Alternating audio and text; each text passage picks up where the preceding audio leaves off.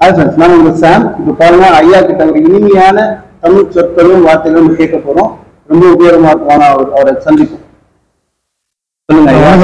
வணக்கம். இன்னைக்கு எதை பத்தி சொல்ல போறீங்க?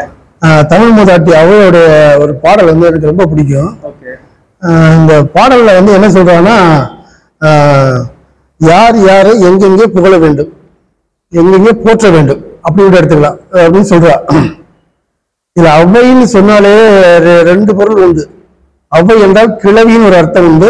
அவ்வா அப்படின்னு சொல்லுவது தெலுங்குல வந்து அவ்வான்னு சொல்லுவாங்க. அவ்வை என்றால் கிழவின்னு ஒரு பொருள் உண்டு. அவ்வை என்றால் திருமகன் ஒரு பொருள் உண்டு. அத வந்து அவ்வை என்றால் திருமகள், தவ்வை என்றால் மூதேவின்னு சொல்லுவாங்க. தமிழ்ல வந்து அப்படி சொல்லுவாங்க. அந்த வகையில வந்து ஔவையாரு 5 ஔவையார் இருக்கிறதா சொல்றாங்க. தமிழ் ஆய்ந்த வல்லுநர்கள் சொல்றாங்க 5 ஔவையார் இருக்க வாய்ப்பு இருக்கு அப்படின்னு.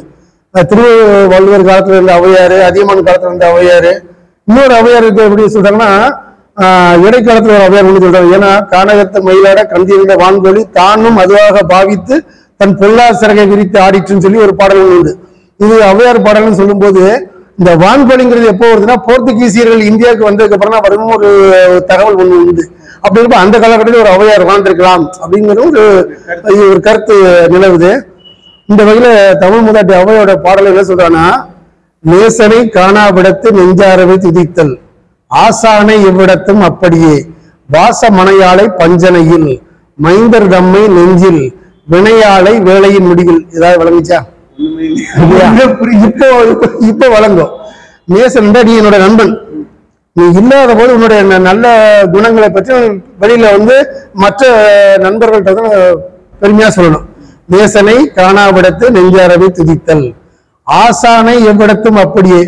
நம்முடைய ஆசிரியர் இருக்காரு, அவரை புகழ்வதற்கு எந்த இடமும் தேவையில்லை. அவர் பெருமையை பத்தி பேச எந்த இடமும் பேசலாம். வாச மனையாளை பஞ்சனையில், மனைவியை வந்து பஞ்சனையில தான் போக வேண்டும், நண்பன்கிட்ட போகக்கூடாது. வாச மனையாளை பஞ்சனையில், மைந்தர் தம்மை நெஞ்சில். அதாவது நம்ம பிள்ளையோட வளர்ச்சியை வந்து மனசுக்குள்ள வச்சு பாராட்டணுமே தவிர பசங்கிட்ட சொல்லிடக்கூடாது. பிள்ளைங்கிட்ட சொல்லிட்டோம்னு அவனுடைய வளர்ச்சி தடைப்படும். அப்பாவே பாராட்டிட்டாரு அப்படின்னு நினைச்சிருவான்.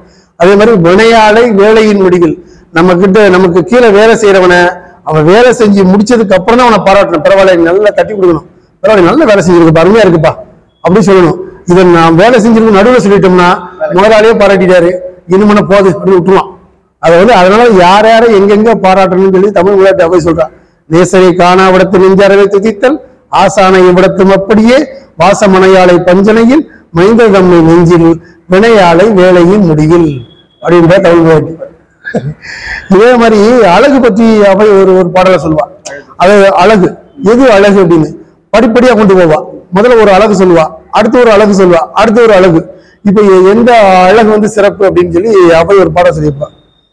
சுரதம் தன்னில் இழைத்த தோகை, சுகிர்த விரதம் தன்னில் இழைத்த மேனி, நிரதம் கொடுத்து இழைத்த தாதா, கொடுஞ்சமரில் வடுபட்ட கள்ளபிராமம் சொல்லி, வடு தொலைத்த கள்ளபிராமம், வடுபட்டல வடு தொலைத்த கள்ளபிராமம் சொல்லி சொல்றா. புரியுதா? புரியலையா? இப்ப சொல்றேன். சுரதம் தன்னில் இழைத்த தொகை, ஒரு பெண்ணுக்கு திருமணம் ஆகுது. திருமணம் அந்த முதல் நாள் இரவு வந்து கணவனோடு இன்ப கதைகள் பேசியதால, இரவு முழுவதும் கண் விழித்திருந்து இன்ப கதை பேசியதால அது உடல் சோர்வுற்று இருக்கும். ஆனா முகம் பூரிப்பா இருக்கும், சந்தோஷம், மகிழ்ச்சி இருக்கும்போது அது ஒரு அழகு அப்படின்றா. இவளுக்கு ஔவையாருக்கு வந்து திருமணமே ஆகாத பெண்மணி, ஆனா அவ இளர் இன்பத்தை சொல்றான். ஆமா, சுரதம் தண்ணில் இழைத்த தொகை, சுகிர்த விரதம் தண்ணில் இழைத்த மேனி. அதாவது ஞானிகள் எப்பவுமே மெலிந்த உடம்புறதா இருப்பாங்க.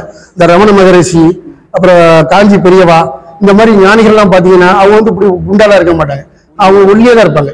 ஆமா, சுகிர்த விரதம் இழைத்த, நிரதம் கொடுத்து இழைத்த தாதா. தாதானா கத்தி கம்பு தூக்கிட்டு சண்டை போடுறவங்க கிடையாது. அதாவது தன்னை நாடி வருகிற வறியவர்களுக்கு இல்லை என்று சொல்லாமல் எந்த நேரத்திலும் கொடுப்பான். அவங்க தாதான்னா வள்ளல்னு அர்த்தம். ஆமா, வள்ளல் கொடைத்தன்மை உடையவன். நிரதம் கொடுத்து இழைத்த தாதா, கொடுஞ்செம்மல். இது அழகு. இப்போ பெண்ணை விட அது அழகு, ஞானியை விட அழகு, அப்புறம் வந்து வள்ளலோட அழகு. அடுத்து ஒரு அழகு சொல்றா பாரு, அதான் உச்சம். அதாவது கொடுஞ்சமரில் வடுதுளைத்த கள்ளபிராமம் அப்படின்னு சொல்லி சொல்றான்னா, அதாவது வந்து தன்னுடைய நாட்டு மக்களுக்காக, தன் குடிமக்களுக்காக போர்க்களத்துல நின்று மார்புல வந்து வேல் தாங்கி வீரமனம் அடைந்து அவனுக்காக நடுக்கல் ஒண்ணு வைப்பாங்க. அது வழக்கம் வந்து தமிழர்கள்ட்ட ஒரு பண்பாடு. அதாவது நடுகள் வைத்து வழிபடுவது வந்து தமிழருடைய பண்பாடு. ஒரு சமுதாயத்துக்காக ஒரு குடிமக்களுக்காக தன் உயிரை துச்சமா நினைச்சு வேல் தாங்கி மார்புல விழுப்புணர்வு ஏற்பட்டு இறந்து போறானே அவனை தெய்வமா கொண்டாடுவாங்க. அதுதான் உண்மையான அழகுன்றா, அதான் பெரிய அழகுன்றா. இருக்கிறதுல பெரிய அழகு அதுதான் சொல்றான். அது அந்த அவையோட பாடல வந்து சில பாடல்லாம் ரொம்ப அற்புதமா இருக்கும். இன்னொரு நாள் பேசுவோம். இந்த தாதாங்கிற வார்த்தைக்கு வல்லல் சொல்ல முடியா, இதுக்கு ஒரு பழமொழி சொல்லிட்டுமா? அதாவது அர்ப்பணித்து வாழ்வு வந்தா கொடை பிடிப்பாங்க. இது வந்து தவறு, இது இப்படி சொல்லக்கூடாது. இது மருவிய பழமொழி. அர்ப்பணித்து வாழ்பவன் அர்த்த ராத்திரியிலும் கொடை கொடுப்பான் அப்படின்னு. தனக்கென்று எதுவும் நினைக்காம தன்னை நாடி வர்றவர்களுக்கு, துன்பம் வர்றவங்க, கஷ்டம் வர்றவங்க, வறுமையில வர்றவங்களுக்கு தனக்கென்று எதுவும் வைத்துக் கொள்ளாமல் வந்து அவங்க எந்த ராத்திரியாக வெள்ளி செவ்வாய் விளக்கு வச்சாச்சு அந்த எதுவுமே கிடையாது, எந்த டைமும் கிடையாது. அவன் எப்ப வந்தாலும் சரிதான், அவனுக்கு வந்து இதனால இயன்றதை கொடுத்துருவான். அதான் வந்து அர்ப்பணித்து வாழ்வன் அர்த்தராத்திரி கொடை கொடுப்பான்மா.